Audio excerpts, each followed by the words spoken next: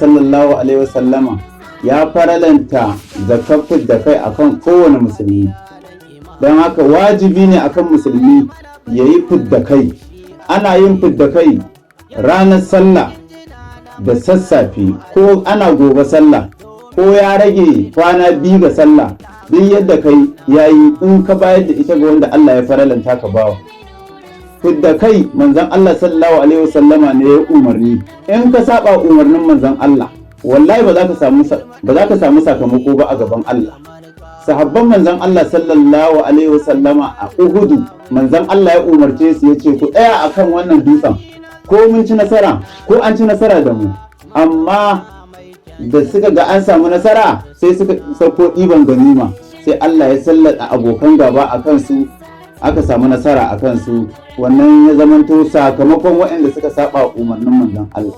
Umarnin manzon Allah, in manzon Allah ya ce ji ake kuma abi. Iza qala fa sama'a min fu'adika qawluhu wa ya bu'usa man qad shakka fihi wa wailahu. Wallahi umarnin manzon Allah bin sa ake. Duk wanda ya kokonto akan umarnin manzon Allah sai ya haɗu da bala'i, ba wanda yake misaltuwa ba. Allah ne ya ce manzon Allah sallallahu alaihi wasallama duk abin da manzon Allah ya faɗa ni na faɗa. Duk wanda ya saba umarnin manzon Allah ni ya saba.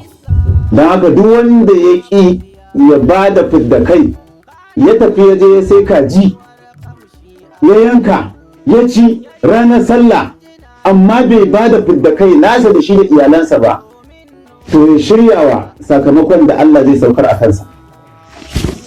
To ba za ta mu ce komai ba, ko dai a jarrabe shi da talauci, ko kuma a ɗan haukata shi ya dinga yin rayuwa kamar mahaukaci.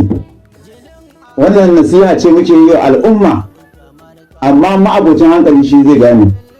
Jama'a salamu alaikum.